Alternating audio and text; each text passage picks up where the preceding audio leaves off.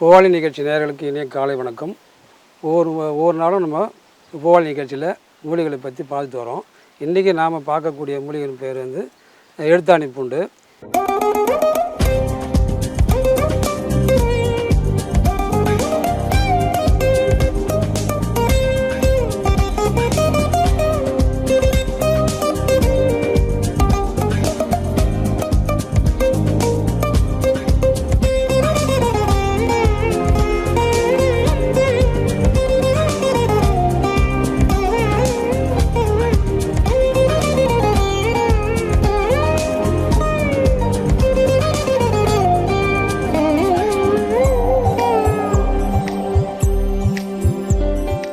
இந்த எழுத்தாணி பூண்டுன்றது வந்து ஆதி காலத்துலேருந்து சித்தர்கள் வந்து எழுதும்போது அந்த எழுத்தாணி வந்து ஓலைச்சுவடிகளில் வந்து எழுத்தாணி மூலிமா தான் எழுதுவாங்க.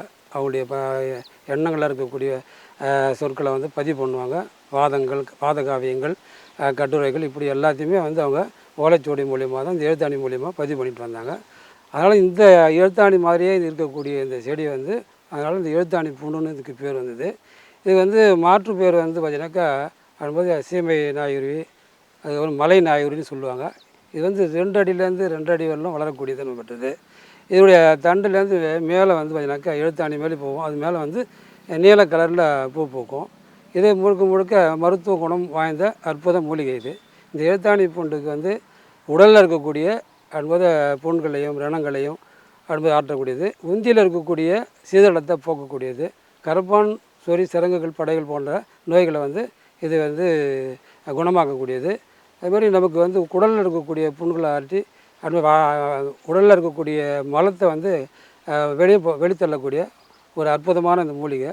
இது வந்து நாம் எந்த முறையில் பயன்படுத்தணுன்றதுனால தான் என்பது அந்த காலத்தில் பெரியவங்க, பாட்டி, என்பது பழைய வைத்தியர்கள் அவங்கெல்லாம் வந்து கையாண்ட முறைகள் வந்து எப்படின்னாக்கா இந்த செடியுடைய இலையை வந்து நல்லா அம்மியில் வச்சு நல்லா நெடுவ வெண்டை மாதிரி அரைச்சிக்கணுங்க.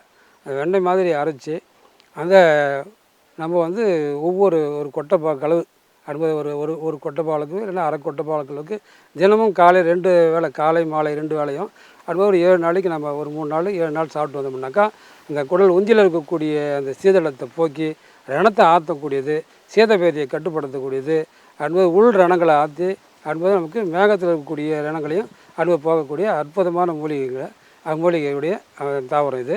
இதை வந்து நாம் எண்ணெய் முறையாக எண்ணெயாகவும் காய்ச்சலாம். இந்த தடையை வந்து எப்படி எடுக்கணுன்னாக்கா ஒரு கைப்பிடி எடுத்து நல்லா இடித்து சாறு எடுத்து அதே அந்த சாருடைய அளவுக்கு நல்லெண்ணெயை கலந்து அது பழைய சட்டிகள் இருக்குது இல்லையா, அந்த பழைய சட்டிகளில் வந்து நம்ம சிறு தீயாக போட்டு காய்ச்சி அதை வடிகட்டி வச்சு படை, சொறி, சிரங்கு, கரப்பான் என்பது இந்த சிறு சிரங்குகள் அந்த புண்கள், இந்த ஆறாத ரணங்கள், அந்த புறையோடைய புண்கள் இதுக்கெல்லாம் மேலே தடவிட்டு வந்தோம்னாக்கா இந்த எண்ணெய் வந்து அற்புதமாக குணப்படுத்தக்கூடிய ஆற்றல் பெற்றதுங்க.